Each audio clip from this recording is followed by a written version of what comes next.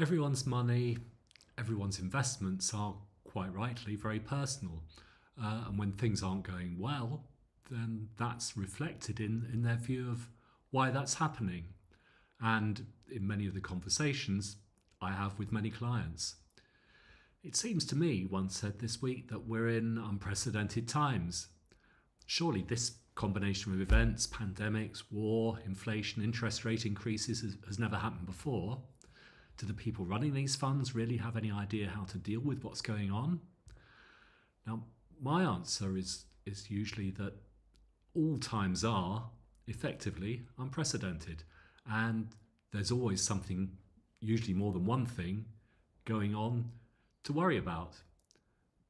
And however bad it seems, it has really all been seen before, and we and investments actually making money are still here.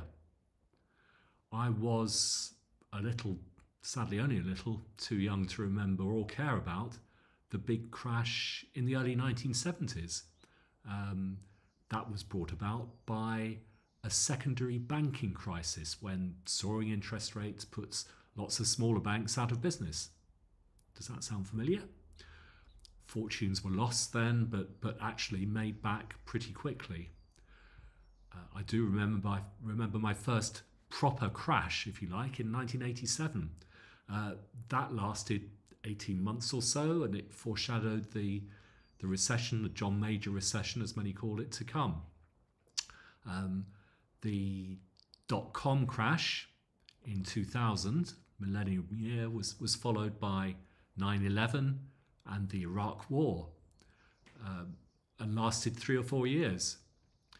A pretty unprecedented series of events, as was the banking crisis of 2008 to 2010, which seemed like the end of the financial world as we knew it at the time. Now, with all of these, the adage, you've only lost money if you cash in while it's down, was proven true, as funds recovered and those brave enough to invest when things were down did actually pretty well as a result. So, what about now? Well, there are signs this week that inflation may be coming down and that interest rates have peaked.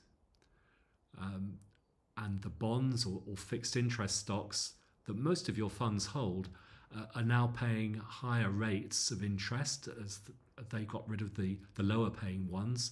And it was those that meant that a lot of the more cautious funds did very badly last year. There's always going to be stuff to worry about, and that's why we always tell you to keep enough in the bank, not a bad proposition now, or in premium bonds, not bad either, so you don't have to cash in while things aren't good. But they will get better, because they always have, and do.